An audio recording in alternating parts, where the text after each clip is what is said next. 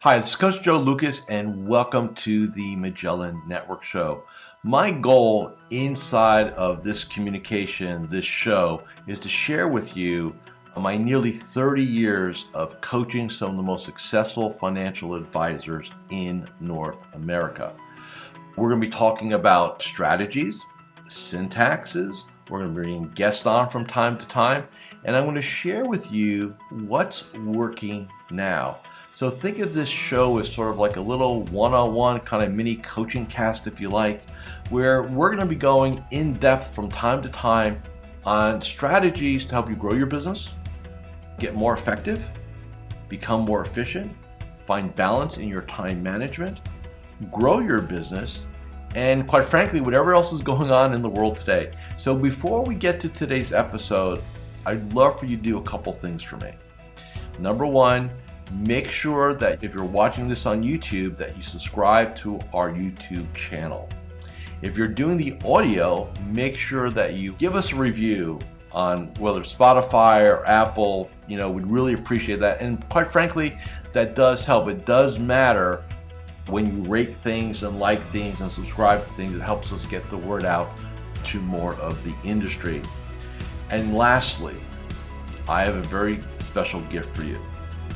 Go to MagellanNetwork.net, so one word, MagellanNetwork.net, and I have for you a complimentary membership, 100% gratis, where you can tap into about between 50 and 75 hours of masterclasses, forms, tools, templates, and strategies. So please go ahead and make sure you go get that claimed, smash the like button and subscribe. And please go ahead and leave us a review on whatever podcasting platform you're on. And now, let's get to this week's episode.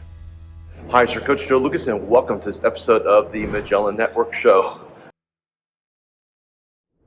Quote, live from Denver, Colorado. Hey, hope you're all doing well. And in this episode, I want to really talk to you a little bit of a debrief from one of our mastermind sessions of what it really takes to scale your business. So what I mean by scaling your business, these three rules, whether you're a $250,000 advisor wants to go to $500,000, if you're a $500,000 advisor wants to go to $1 million, $1 million to $2 million, $2 to $4 million, $4 to $6 million, all the way across the board. So what does it take to scale your business? It requires three things. There's three basic concepts. Concept number one is your mindset, your psychology, how you view things. And we're going to unpack that in a moment. Number two is going to be your systems. We're definitely going to unpack what systems you really need to be clear on. And then third is what we call your talent, the people you surround yourself with. Because if you're going to scale a business, you cannot do it alone. And you need to bring the right people aboard. And we'll talk about the two different kinds of ways to do that. So let's get into why are we talking about this. Because in one of our mastermind sessions in Denver, one of the participants brought a goal that they want to go ahead and really kind of go almost nationwide, really dive into their niche, radically expand their footprint. And this is an already successful advisor. And the reality is economically, it's not a must, it's a want, right? So let's unpack the three things. So when we talk about psychology and mindset, I always talk about this like every organization is a reflection of the psychology of the leader. So what does that mean? Well, if you operate in a kind of disorganized fashion, then you're going to have a disorganized business. If you operate in the I got to get it all done and I don't delegate, you will never scale because you're trapped. So a little exercise that I recommend you do, and we do this every year in business planning, by the way. We'll do it again in our Magellan Vision Conference, is right now, as you're watching this video, this is the current version of you, right? So if you're a $250,000 advisor, then this is a $250,000 version of you. $500,000 version, $1 million version, and so on. So let's just say, for example, you're a $500,000 advisor, and you want to get to $1 million. The serious conversation you have to have with yourself is, who do I need to become? So in other words, what does the $1 million version of you look like, behave, think, habits, all that? So if you say to yourself, well, the $1 million version of me, I've got to get more organized. I've got to be more disciplined. I've got to get more structure, right? I've got to be more strategic. Then you start writing that down. And not that it's going to happen overnight, but you start making declarations to yourself on what needs to be done, right? There is no business elevation without your personal elevation. And the personal elevation actually has to come first. Why? Because if your psychology is, I'll just work hard and I'll just keep getting it done, well then what's the motivation to do systems? What's the motivation to go find talent, right? So in other words, you have to change your mindset to allow yourself to go ahead and find the other two. All right, now, brief story on systems, right? You cannot scale a business without systemization. Now, what do I mean by system? I'm going to give you a very simple example.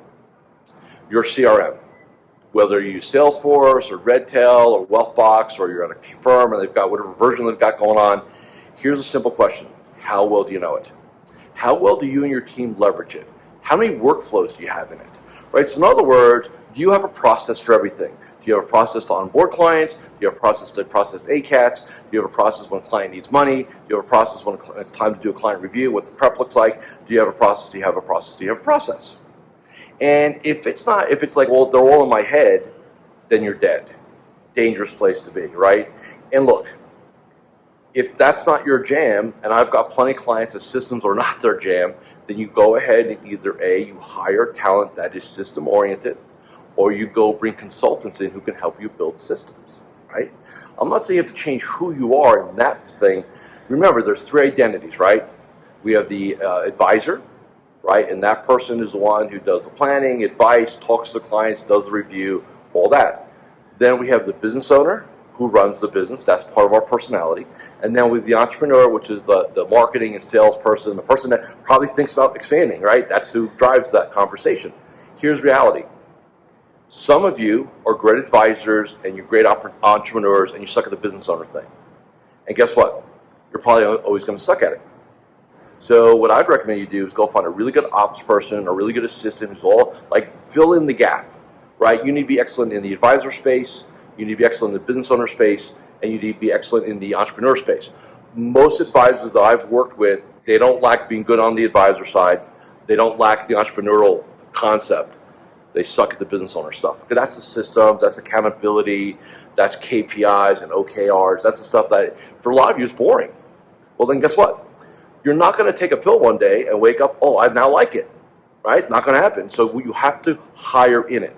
So inside systems, right, you got to check all those boxes. Now, third element, talent. Talent will make or break you in this game. And, you know, and you cannot, and let me say this to you, the smaller your practice is, the smaller your business is, so again, whether it's a lifestyle practice or you're doing a small ensemble practice or your enterprise level, you know, the reality is that you're as good as your weakest player. Hi, Coach Joe Lukacs here, and I'm just breaking here for a moment just to do a couple quick reminders. Number one, make sure you subscribe to our YouTube channel or our podcast. In addition, please leave a comment or a review. Those things really, really matter. And share this episode with 3 of your colleagues inside the financial services space. And lastly, make sure that you go ahead and claim your free membership inside of Magellan Network. Now back to this week's episode. So if you don't, you know, here's the question I'll ask. This is what I ask all my clients, by the way. When they start coming to me with people problems or people issues, team people, you know, on their team, question number 1, and the most important question, knowing what you know today, would you hire the person again? If the answer is no, I don't think so, then you've already made your decision. We're not going to try to fix this. You just go to the question, how do we exit? How do we replace, right? If you say, well, you know what, I probably would, but they need this, this, and this. Okay, now we've got a training and coaching issue, right? In other words, we need to develop the talent we currently have, right? We need to do that. So on the talent side, you know, you're always looking at, and let me say this too on the talent channel, right, the column, always be looking for talent. Now, what do I mean by that? That you should always be resume hunting. You should always be building a bench of possible candidates for roles, either current or future. You know, some of you are looking for junior advisors, right, or servicing advisors. You know, don't look maturely right now. Those people don't grow on trees. Really good ones are hard to find. It'll take you a couple quarters, perhaps. So if you're sitting there going, I'm going to get a junior advisor, I'm going to get a servicing or junior advisor, January next year, search starts today. Like, you cannot wait, right? If you need a rock star ops person, hey, that search better start today because you're going to be a couple quarters out. That's where we are on our labor market right now inside of our industry. So people are the most challenging, but let me say this. This was brought up by one of our members. The better systematized your practice is, sometimes or mostly the less acute the need is for talent. So in other words, if you've got a team of 3 and you're not systematized, then our advice would be, hey, get really systematized and then see if you need a 4th, right? Some advisors, and I've seen this in my career, it's kind of interesting. When I ask them, hey, what does the ultimate practice look like for you? They will say, well, I've got a staff of 15 or 10. I've got a lot of office, like they've got all the trappings of success, right? And then a massive P&L problem, right? I've seen advisors who have literally $3 to $4 million top lines, and they W2 out at 500,000. And then I've seen clients that have 750 top lines that W2 out at 500,000, right? So guess what? It's what you make. It's what you earn, what you keep. Don't get in the trap of just growing and then your profits don't go. Yes, there will be bell curves, right? So in other words, I'm really profitable, but I want to continue to grow, so I have to invest in systems or people. My profit margin is going to come down for several quarters, right? I got to mentally be okay with that, right? I'm still making more net dollars, but my margins are going to be down. But then I can grow again, and my margins get fat. And that's been, and there's not like every 2 years that happens or every year that happens. It kind of is all situational. But going back to the mindset, the psychology of the leader. If the leader doesn't have the right psychology and they're investing in all these things and they have a very short-term approach, right? And they're saying, oh my God, we're growing our top line, but I'm taking home less money. I can't do it. I got to fire everybody. Then we have a problem, right? It's all about profits. And if you grow up in a firm environment, they can give a rat's ass about profitability to you. As long as they make their money, they're fine with that. So if you were at a big, like a wirehouse or insurance company, whatever we got going on, they don't talk about how to be profitable. What they want is more apps, more core product, more assets, more accounts, more. And hey, your profitability jam, that's on you, right? So a lot of advisors don't understand profitability. And it's essential. You can run out of money in this game. Like, you could literally have $1 million business and run out of money. Like, Joe, how's that possible? Because your overhead crushes you. And then if you're running redline, look, we all know where the markets are today, right? And you're running close to break even or slightly profitable, then you have 15% come off the top because the markets go down. Well, now you're down 10 or 15 points, right? I mean, in other words, you're losing money. You're burning cash every month. So there's not a real rule here, but my advice would always be, if you want to scale a big game, let's say you want to go and build an empire, a very large ensemble, right? You've got to keep your personal lifestyle in check. Now, again, what do I mean by that? One of the things I've seen in my career, again, I've been doing this almost 30 years now, is advisors will have $1 million top line and $1 million lifestyle. And so, man, if something happens, see, that's not a business owner. That's an advisor who's making some money because they don't look at the profit margin. For us here, like for me personally, my personal work life works on half my income. So whatever happens in my game, unless there's something really catastrophic happens, my lifestyle doesn't get changed. Like, I don't stress over that. I just don't. Okay? You also want to think about that. So let's start wrapping this up. Because again, your time is valuable. So number one, there are 3 elements to scale a business. Your mindset, systems, and then the people you surround yourself with, talent. Oh, one word on talent real quick. Never be your own HR consultant, because you'll suck at it, because most advisors do. If you're hiring, you're gonna like the person because you like them, and they'll be the worst person in the seat. Bring a professional in. I've got resources. If you need a referral, I'm happy to give it to you. But please do not be your own hiring person. That is, I've seen that in my entire career. Don't do it. And I know, well, Joe, that's going to cost money. Yeah, but let me ask you a question. If you bring the wrong person, put them in a chair, what's that going to cost you? Keep that in mind. It's an investment. Okay. Number 2 is you've got to be clear on your identities, right? There's 3 identities advisors have. The advisor, which is the technical competencies, portfolio management, financial planning, investing, client reviews, all that stuff, right? The business owner, systems, processes, protocols, procedures, right? Accountability, tracking, KPIs, OKRs. Then there's the entrepreneur. That's the salesperson.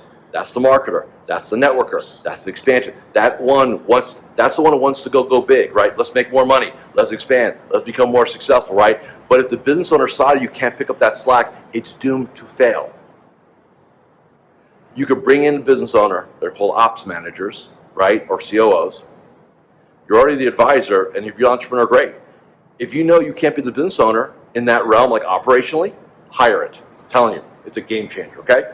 So I want to thank you all for watching and listening to this episode of the Magellan Network Show. Hey, next week, we should be open for our Magellan Vision 23 live stream. So there'll be some information on that. But I'm going to invite each and every one of you to come join me for 3 days virtually. And let's rock out a 10-year strategic plan with everything going on in the world. Everything going on in the markets right now. You cannot kind of make it as it comes or as it goes along. Like, you got to be definitive in what your vision is for yourself. So be aware. Watch for that next episode. Thanks for taking time today. I appreciate it. And I'll see you all again next week. Thank you for watching or listening to this episode of the Magellan Network Show. Hey, if any of this resonated with you, I invite you to come to MagellanNetwork.net, and we have a powerful group coaching community of like-minded advisors. Come in for a trial. You and I will have a one-on-one conversation. Let's see if I can help elevate your game, both personally and professionally.